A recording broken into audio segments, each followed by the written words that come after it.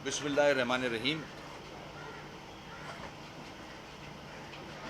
Media से ताल्लुक़ रखने वाले हमारे साथी, कैमरामैन, रिपोर्टर्स, सबका शुक्रिया अदा करूँगा कि इस बारिश के मौसम में भी आप लोग यहाँ तशरीफ़ लाए। तकलीफ़ की माज़रत, थोड़ी सी देर से शुरू करनी पड़ी ये प्रेस कॉन्फ्रेंस। इलाक़ों से जो लोग यहाँ आ रहे थे उनको भी डिफ़िकल्टीज़ हो रही थी आने में, मगर तकरीबन सब साथी पहुँच गए हैं। अभी भी कुछ 20-25 लोग रास्ते में हैं। जो मैसेजेस आ रहे हैं वो आएंगे तो ज्वाइन करते जाएंगे। आज का ये इवेंट रखना बहुत ज़रूरी था कराची के इश्यूज़ के हवाले से।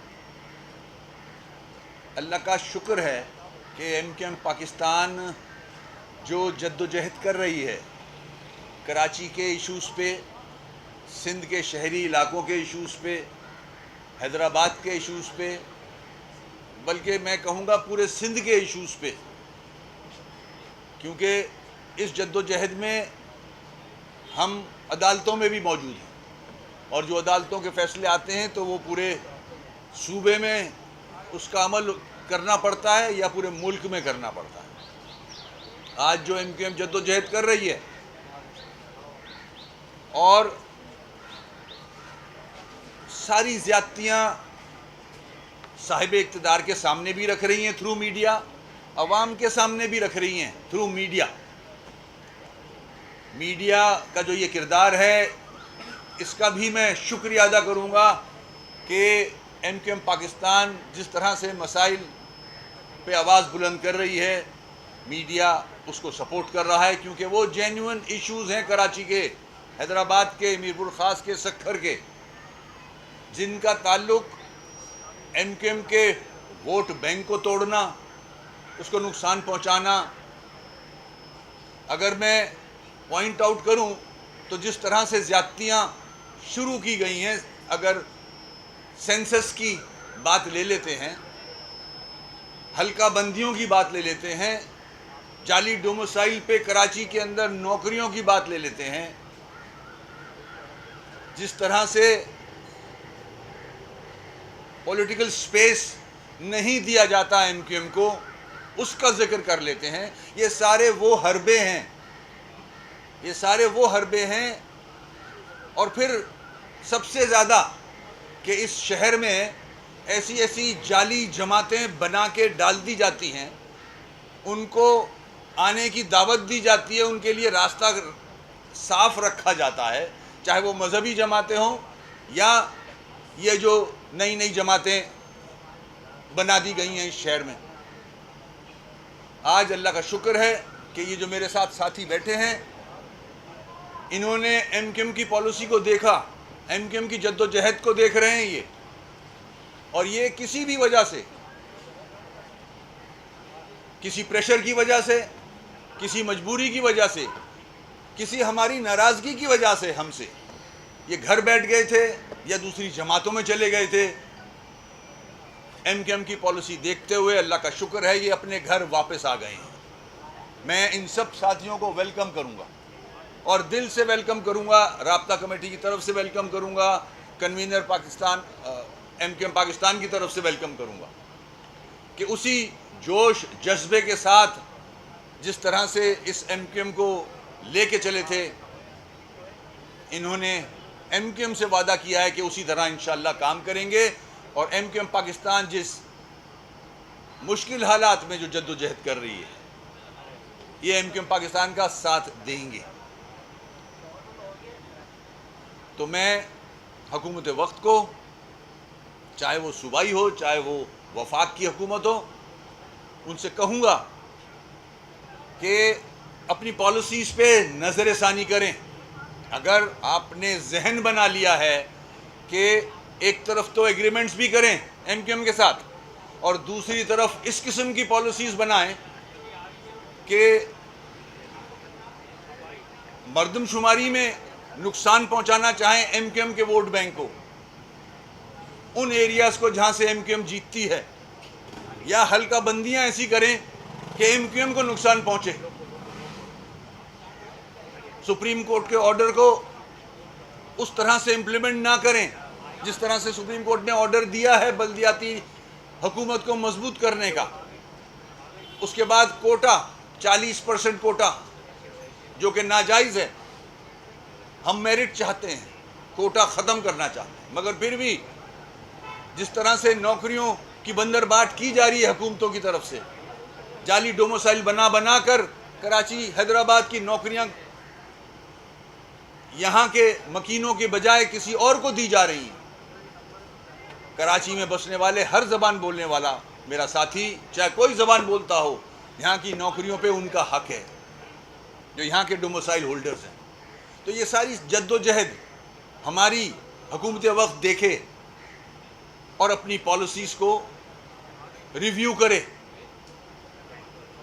कल राब्ता कमेटी की मीटिंग हुई थी, उसमें भी इन ज़्यादतियों का जिक्र आया। हल्के बंदियों का जो डिसीजन कोर्ट देने वाला है उस पे भी हमारे यहाँ डिस्कशन हुआ है। उसके बाद जो बल्दियाती इलेक्शन है, सेंसस का मामला है, राब्ता कमेटी ने भरपूर तरीके से मीटिंग की है और इंशाअल्लाह राब्ता कमेटी बहुत जल्द लाए अमल फर्दर जो वे फॉरवर्ड है वो आपके सामने रखेगी, पाकिस्तानी अवाम के लिए, उन सियासी जमातों के लिए जो एग्रीमेंट्स पे मनोवन अमल नहीं कर रहे।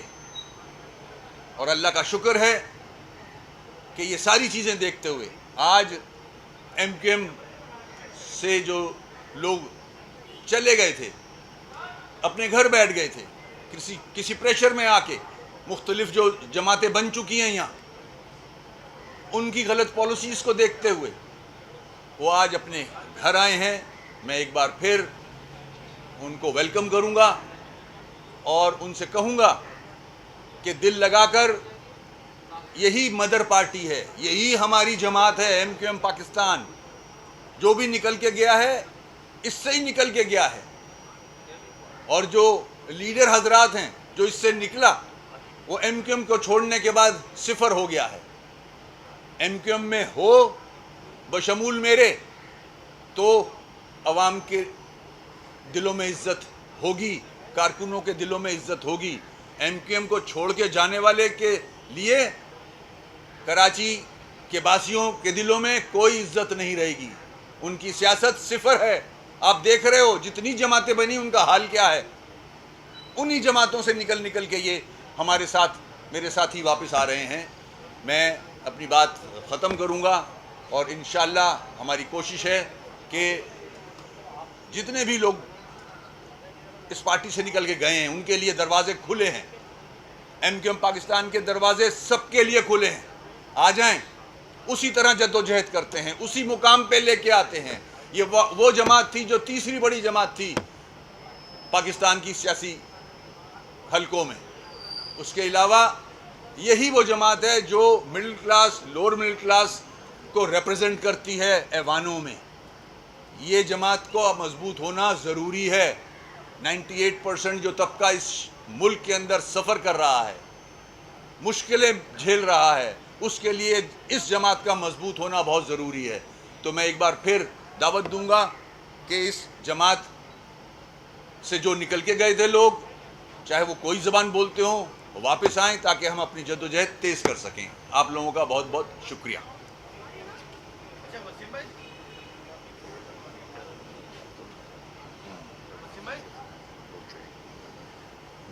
सियासी सूरत-ए-हाल मुल्क की आपके सामने है। 22 अगस्त के बाद जो माइनस का सिलसिला शुरू हुआ था आज वो इमरान खान तक पहुंच गया है। ये सिलसिला यहाँ तक रुकेगा या मज़ीद आगे भी जाएगा? ये तो हम इस जद्दोजहद में लगे हुए हैं।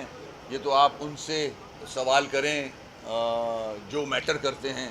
हम तो अपने दिल दर पूरे कर लें। हम तो लोड शेडिंग में फंसे हुए हैं कि इलेक्ट्रिक की ज़्यादतियों की वजह से जो इस शहर के लोग बिलबिला रहे हैं, तंग आए हुए हैं। हम तो इन इशूज़ पे लगे हुए हैं। जिस हवाले से आप बात कर रहे हो ये तो हमारा इशू ही नहीं है, ये तो किसी और का इशू है। तो उनसे सवाल बनता है मेरे भाई।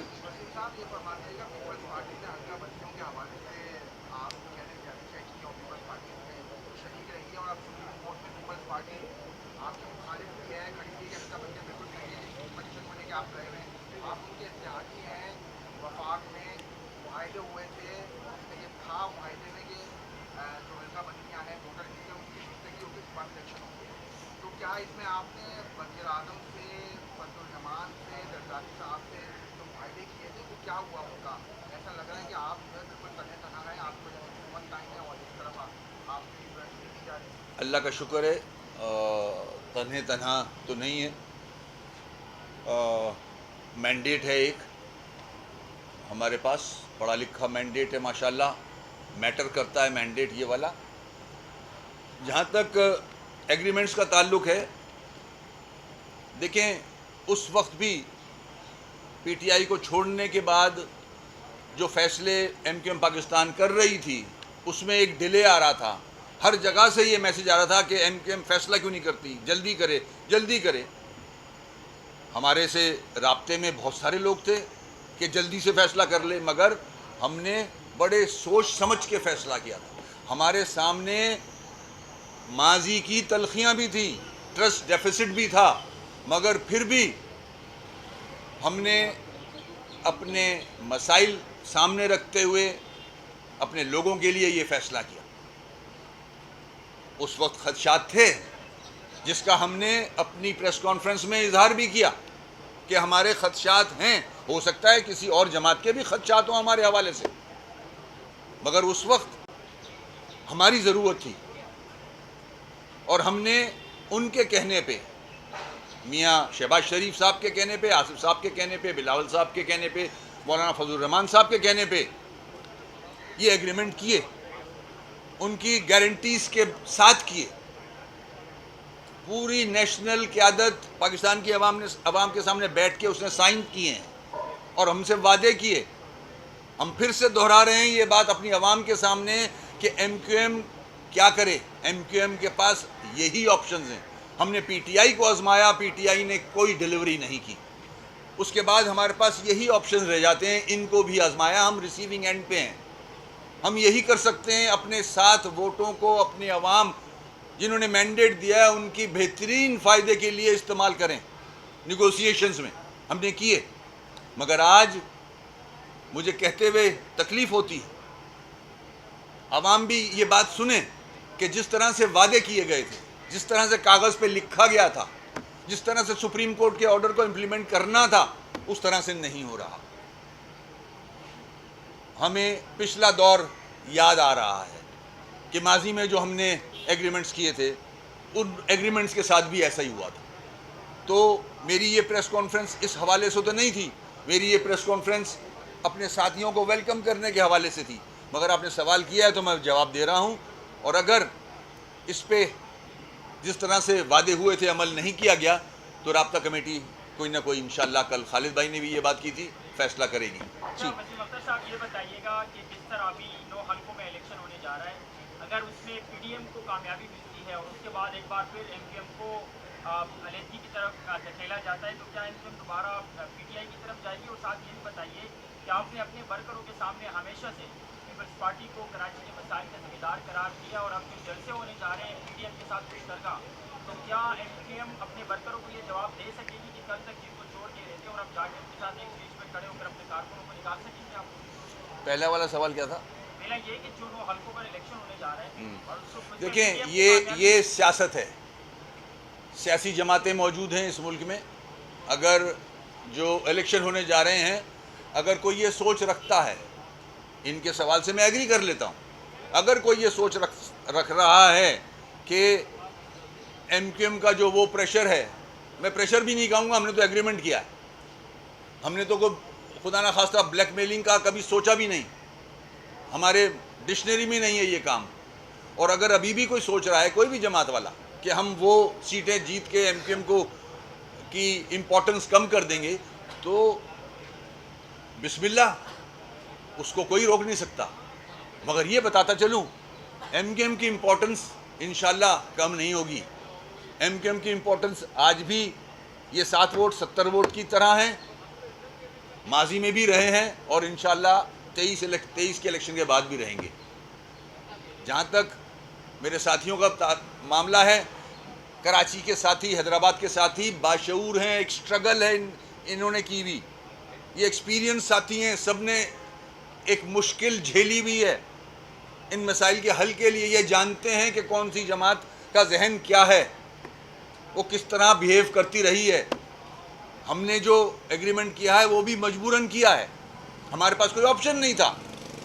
ये मेरा साथी जानता है, ये इतना नाइव या मासूम नहीं है, इसने दर दर की ठोकरें खाई हुई हैं इस जद्दोजहद में। तो मैं नहीं समझता कि एमक्यूएम को, क़यादत को, साथियों को समझाना पड़ेगा, उनके इल्म में है ये सारी चीज़ें। Thank you. मैं आप